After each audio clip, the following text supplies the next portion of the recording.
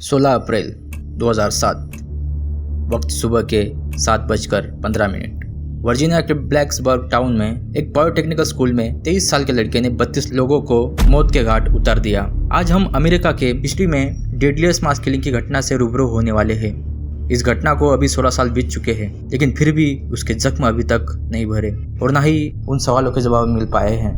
नमस्कार दोस्तों, मैं हूँ फ्रीकी और स्वागत है आपका आपके अपने चैनल में।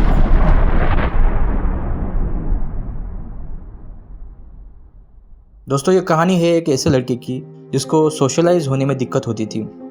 उसे पब्लिकली बोलने में मुश्किल होती थी। वह इंट्रोवर्ट और शाय होने की वजह से उसके स्कूल में ना के बराबर दोस्त थे। चलिए शुरू से शुरुआत करते हैं। बंदे का नाम है स्विंग हुई चो, जिसका जन्म 18 जनवरी 1984 को साउथ कोरिया के चुगनाम में हुआ था। चो की फैमिली एक मिडिल क्लास फैमिली थी। वह एक बेसमेंट के अपार्टमेंट में रहते थे। चो के पिताजी का एक छोटा सा बुक स्टोर था, वहीं से परिवार की रोजी रोटी चलती थी। लेकिन समय के साथ साथ उस बुक स्टोर से पैसे आने कम होते गए। उस वक्त चो और उसकी बहन दोनों छोटे थे और उनके पढ़ाई के लिए पैसों की कमी पड़ने लगी। इस वजह से चो के पिताजी ने बच्चों की पढ़ाई और उनके भविष्य के लिए अपना देश छोड़कर अमेरिका जाने का फैसला किया। 1992 में चो की फैमिली अमेरिका के डेट्रॉइट शहर में स्थलांतरित हुई। उसके बाद उन्हें पता चला कि वाशिंगटन में एक कोरियन संस्था है जो कोरियंस को अमेरिका में स्थायिक होने में हेल्प करती है, इसलिए उनके द्वारा ही चो की फैमिली वहीं पर सेटल हो गई। उस वक्त चो 8 साल का था। चो फैमिली ने वहाँ पर ड्राई क्लीनिंग का बिजनेस खोला। वो वहाँ के ही एक चर्च के कम्युनिटी में मेंबर बने। साथ में ही चो को भी वह हर वीकेंड्स में चर्च ले जाया करते थे। यह मैं इसलिए बता रहा हूँ क्योंकि आगे घटनाओं में इस पूरे एटमॉस्फेयर की छोटी छोटी लिंक्स आपको एक दूसरे से जुड़ी मिलेंगी। जब चो और उसकी फैमिली अमेरिका में स्थायिक हुए, तब साउथ कोरिया में रहने वाले उनके रिलेटिव्स को फिक्र होने लगी थी और उनकी फिक्र का कारण था चो। चो बचपन से ही शांत नेचर का लड़का था।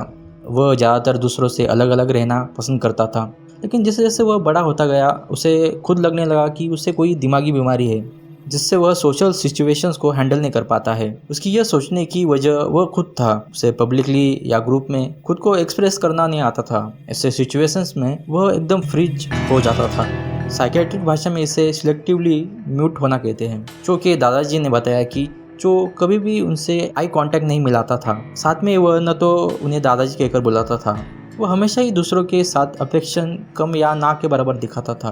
लेकिन चो की फैमिली अब सेटल हो चुकी थी, इसलिए उन्होंने चो के इन सिम्टम्स को नज़रअंदाज कर दिया। उन्होंने चो को एलिमेंट्री स्कूल में एडमिशन करवाया। शुरुआत में तो सब ठीक था, लेकिन कुछ वक्त के बाद चो हमेशा ही रोते हुए घर आने लगा। वह अपना सामान रूम में फेंक कर कहता था कि वह अब कभी वापस उस स्कूल में नहीं जाएगा। जैसे जैसे चो ने उस स्कूल में अपनी प्राइमरी स्टडी कंप्लीट की। इस सब के बावजूद स्कूल के टीचर उसे अच्छा बच्चा मानते थे और स्कूल से तब तक उसकी कोई भी कंप्लेंट नहीं आई थी। इसके बाद उसे मिडिल स्कूल में एडमिशन दिया गया। यहाँ पर उसके बिहेवियर में बहुत बदलाव देखने को मिला, जिसके चलते कक्षा 8वीं में उसे सिलेक्टिव म्यूटिज्म और सोशल एंजाइटी डिसऑर्डर से ग्रसित बताया गया। वह शर्मिला था। वह स्कूल में बहुत शांत रहने लगा था। उसे दूसरों से बात करने में दिक्कत आती थी और इसी वजह से उसके साथी क्लासमेट द्वारा उसे बुली किया जाने लगा, उसे हैरेस किया जाने लगा। जिसके बाद चो के पेरेंट्स ने उसे मेडिटेशन थेरेपी के लिए भेजा। उसे उस पूरे साल तक अलग अलग थेरेपी दी गई, लेकिन फिर भी उसकी हालत में कुछ ज़्यादा सुधार नहीं देखने को मिला। वो हमेशा ही ग्रुप में बात करने से डरता था और उसकी इमेज एक अनयूजुअल बिहेवियर लोनर की तरह बन चुकी थी। जब वो 9वीं कक्षा में गया, तब 1999 में कोलोराडो के स्कूल में एक दुर्घटना हुई थी, जहां 12 के 2 स्टूडेंट्स ने उनके ही स्कूल में मास शूटिंग की थी, जिसमें कुल 13 लोग मारे गए थे। बाद में उन दोनों ने भी सुसाइड कर ली थी। इस न्यूज़ से चो के दिमाग पर बहुत ही गहरा प्रभाव पड़ा। उन दोनों का नाम एरिक हैरिस और डायलन क्लेबोल्ड था, जो उस घटना के किलर थे। उनको वह आइडोलाइज करने लगा। एक बार तो चो ने अपने स्कूल असाइनमेंट में लिखा था कि वह चाहता है कि रिपीट कोलम्बाइन हो, मतलब वो जो घटना हुई थी वो उसे रिपीट करना चाहता था।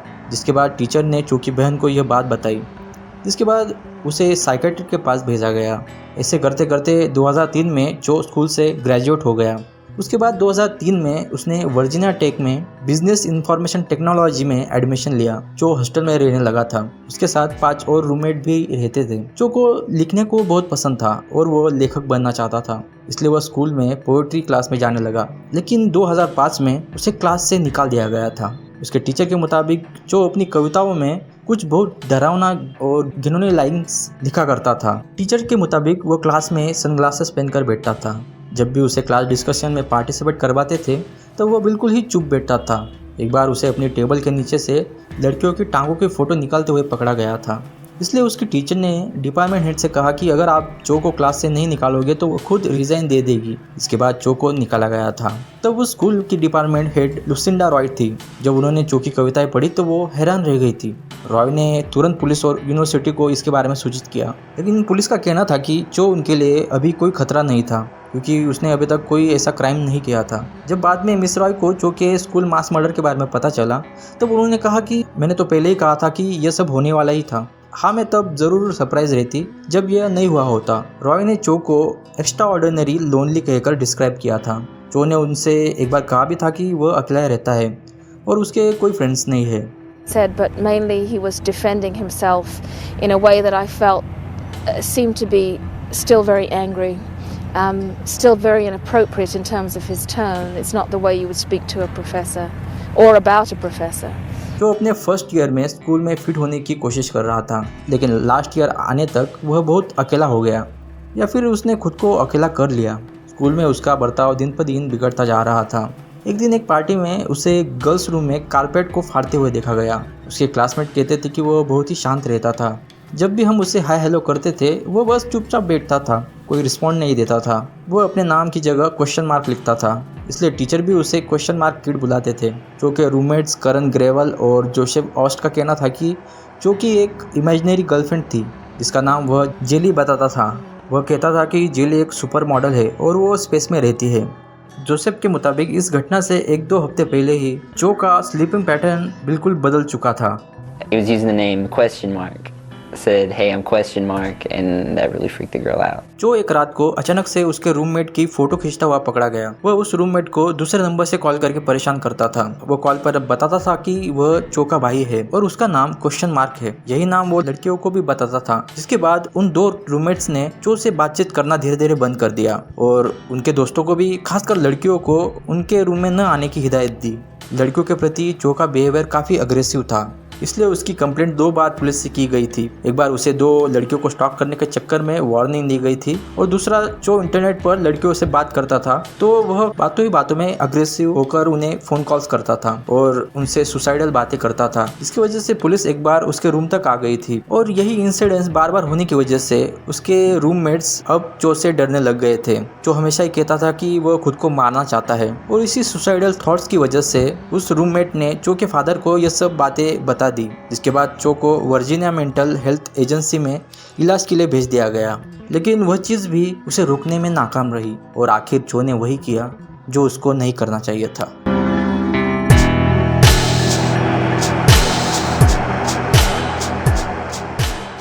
9 फरवरी को चो ने अपनी पहली हैंडगन खरीदी जो .22 calibre Walther P22 semi automatic पिस्तौल थी। यह गन उसने एक ऑनलाइन वेबसाइट से परचेस की थी।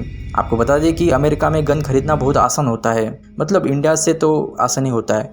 वहाँ के कॉन्स्टिट्यूशन में ही यह नियम बनाया गया है कि अगर आप 18 के होते हो तो आप अपनी सेफ्टी के लिए राइफल्स और शॉटगन अपने पास रख सकते हो और 21 के बाद आप कौन सी भी हैंडगन खरीद सकते हो। कई आलोचकों द्वारा इस गन कल्चर को बुरा भी कहा गया है।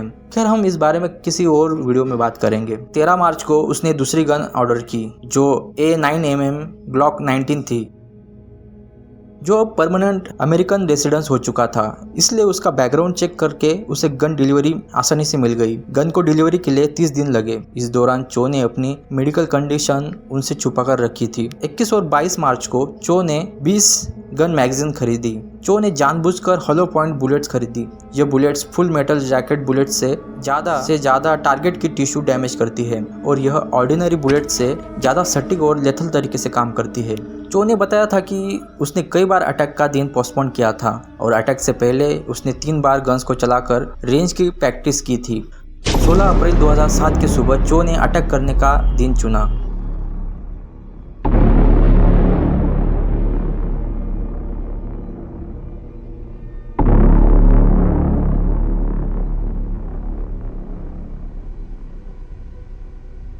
वो वेस्ट एम्बलर जॉनसन हॉल के एंट्रेंस गेट पर गया। वो हॉल सिर्फ वहाँ के ही रेसिडेंट 10 बजे से पहले खोल सकते थे, जिसके लिए मैग्नेटिक कार्ड की जरूरत पड़ती थी। लेकिन उस दिन चो ने किस तरह वह एक्सेस कर लिया, वह एक राज बनकर रह गया था। जिसके बाद 7:15 को चो एक फ्रेशर के रूम में घुसा। वहाँ पर एमिली जे हिल्स्टर और उसके साथ और एक स्टूडेंट थी। चो ने ताबड़तोड़ उन पर गोलियां चलाई।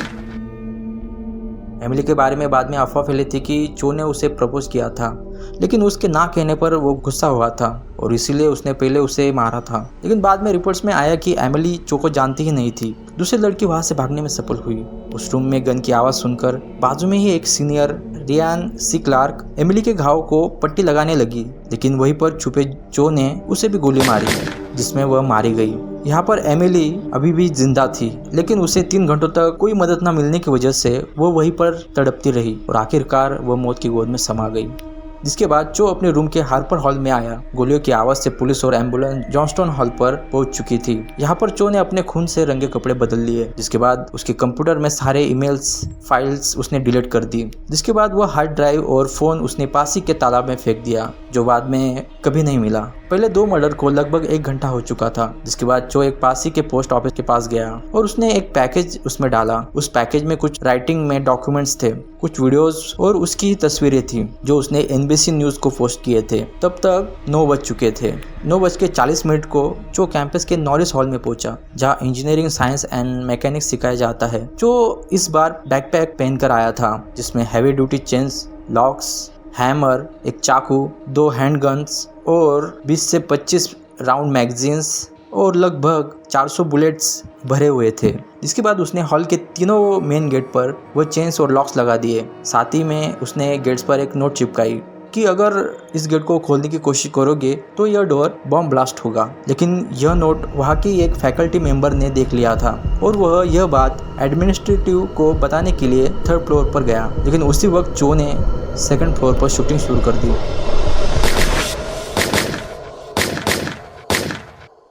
पुलिस को पहला कॉल 9:42 को आया था। चो ने पूरे हथियार अपने जैकेट से पैक कर लिए थे। वह रूम 200 से हर रूम में झांक कर देख रहा था कि कौन से रूम में कितने लोग हैं। चो ने अपना पहला अटैक हाइड्रोलॉजी इंजीनियरिंग क्लास में किया, जो रूम नंबर 206 था।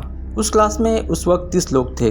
चो ने पहले प्रोफेसर को गोली मारी, जिसके बाद भगदड़ मच गई। चो ने फिर अंधाधुंध गोलियां बरसाई, जिसमें 9 लोग मारे गए। बाकी के भागने में सफल हुए और 2 को इंजरी हुई। चो भागते हुए स्टूडेंट पर गोलियां चलाने लगा, लेकिन उसमें कोई घायल नहीं हुआ। जिसके बाद रूम नंबर 207 में चो ने खिड़की से झांकते हुए स्टूडेंट्स पर गोलियां चलाई। उसमें वह बाल बच गए। लेकिन बाद में चो उस रूम में गया जहां पर 6 और स्टूडेंट्स उसने मारे। इसके बाद रूम नंबर 211 से लेकर 204 तक वह अंदर जाकर देखने लगा, लेकिन कई स्टूडेंट्स ने दरवाजों पर बेंच लगा दिए थे, जिससे चो उन दरवाजों को खोल नहीं पाया। 2nd फ्लोर में मची अफरा-तफरी से 3rd फ्लोर पर प्रोफेसर केविन ग्रेनाटा ने नीचे वाले फ्लोर से 20 स्टूडेंट्स को अपने ऑफिस में सेफली पहुंचाया। उनके साथ और एक प्रोफेसर थे। उन्होंने उनके ऑफिस को बाहर से लॉक कर दिया और दोनों नीचे फ्लोर पर और स्टूडेंट को बचाने के लिए गए। लेकिन तभी उनको चो ने देख लिया और उन पर गोलियां चलाई, जिसमें दोनों प्रोफेसर घायल हुए। एक प्रोफेसर को कंधे पर गोली लगी थी, वह तो बाद में बच गए, लेकिन केविन को सर में गोली लगने की वजह से वह वहीं पर गिरकर उनकी मौत हो गई। लेकिन उनके ऑफिस में छुपे स्टूडेंट्स उस वक्त बच गए। इसके बाद चो वापस रूम 211 की तरफ बढ़ने लगा। स्टूडेंट ने फिर से दरवाजे पर बैरिकेड लगाए, लेकिन इस बार चो ने दरवाजे पर गोलियां चलाई, जिससे स्टूडेंट साइड को हो गए और चो ने वह दरवाजा खोला। खोलने के बाद ही उसने दरवाजे पर खड़े 2 स्टूडेंट को मार दिया। इसके बाद उस क्लास में मैथ्यू ला पोर्टे नाम का लड़का था, जो एयरफोर्स में एक मेंबर था। वो चो की तरफ आगे बढ़ा। उसने चो को पकड़ने की कोशिश की, लेकिन इस कोशिश में चो ने उसको 7 बार गोली मार दी, जिससे उसकी मौके पर ही मौत हो गई। जिसके बाद कुल 18 स्टूडेंट उस क्लास में थे। चो ने फिर से गोलियां चलाना शुरू की, जिसमें 11 लोग मारे गए और 6 को इंजरी हुई। उनमें से केवल एक स्टूडेंट अनइंजर्ड रहा, क्योंकि उसने एक बॉडी को बगल में रखकर मरने की एक्टिंग की थी। इस सब के दौरान चो ने अपने मुंह से एक शब्द भी नहीं बोला था। वह बस अपनी गन्स को रिलोड करके वापस क्लास में शूटिंग स्टार्ट कर रहा था। रूम नंबर 206 में जो लगभग 3 बार जा चुका था। वो वापस बाहर आता और वापस अंदर जाकर देखता था, शायद वो किसी को ढूंढ रहा था। उसने कई इंजर्ड स्टूडेंट्स को वापस गोलियां मारी, जिससे उनकी मौके पर ही मौत हुई। एक स्टूडेंट उनमें से बच गया क्योंकि उसके ऊपर एक फीमेल बॉडी गिर गई थी, जिसके बाद उसने शांत रहकर अपनी जान बचाई। 9:50 को स्वैट की टीम स्कूल के अंदर घुसी। मेन गेट पर बॉम्ब की चिट होने की वजह से वो डायरेक्ट 3rd फ्लोर से अंदर घुसे। तभी उन्हें एक स्टूडेंट की आवाज़ आई कि गनमैन उसके ही क्लासरूम में है। वो आवाज़ रूम 211 से आ रही थी, जिसके बाद पुलिस नीचे आने लगी। जो ने उनके पैरों की आवाज़ सुन ली थी, उसने उनको खिड़की से आते हुए देखा, जिसके बाद वह रूम के सेंटर में खड़ा हुआ और अपने ही गन से अपने सर पर शूट कर दिया, जिससे उसकी तुरंत मौत हो गई। पुलिस ने उसकी नब्ज चेक की और कहा कि गनमैन डाउन। जिसके बाद कुछ इंजर्ड स्टूडेंट और कुछ छुपे हुए स्टूडेंट बाहर आए, जो के पास ही उसकी 2 गन्स मिली। साथ ही में उसके पास 203 बुलेट्स और मिली। इसका मतलब था कि जो और ज़्यादा लोगों को मारने के लिए पूरी तरीके से प्रिपेयर्ड था। इस मास मर्डर में 5 फैकल्टी मेंबर्स और 27 स्टूडेंट्स मारे गए। जब इंजर्ड को हॉस्पिटल ले जाया गया तब डॉक्टर्स ने कहा कि होलो पॉइंट बुलेट्स के कारण ज़्यादा डैमेज हुआ है, जो चो ने जानबूझकर यूज़ की थी। चो ने जो NBC न्यूज़ को जो पैकेज भेजा था वो उन्हें 2 दिन बाद मिला, क्योंकि उस पर एड्रेस गलत लिखा गया था। उस पैकेज में चो के वीडियोस मिले, जिसमें वह बता रहा है कि उसने ये सब क्यों किया। उसके रूम से कई नोट्स मिली, जिसमें उसने लिखा था कि फक रिच किड्स। साथ ही में लड़कियों के बारे में काफ़ी बुरी चीज़ें लिखी हुई थी। और आखिर में उसने बोला था कि ये सब करने के लिए आप सब ने मुझे मजबूर किया है। दोस्तों, इसी के साथ ये कहानी यहीं पर ख़त्म होती है। आपको ये वीडियो कैसा लगा आप मुझे कमेंट बॉक्स में ज़रूर बताइएगा। बाकी मैं मिलता हूँ अगली बार अगले नई किसी वीडियो के साथ, बट तब तक के लिए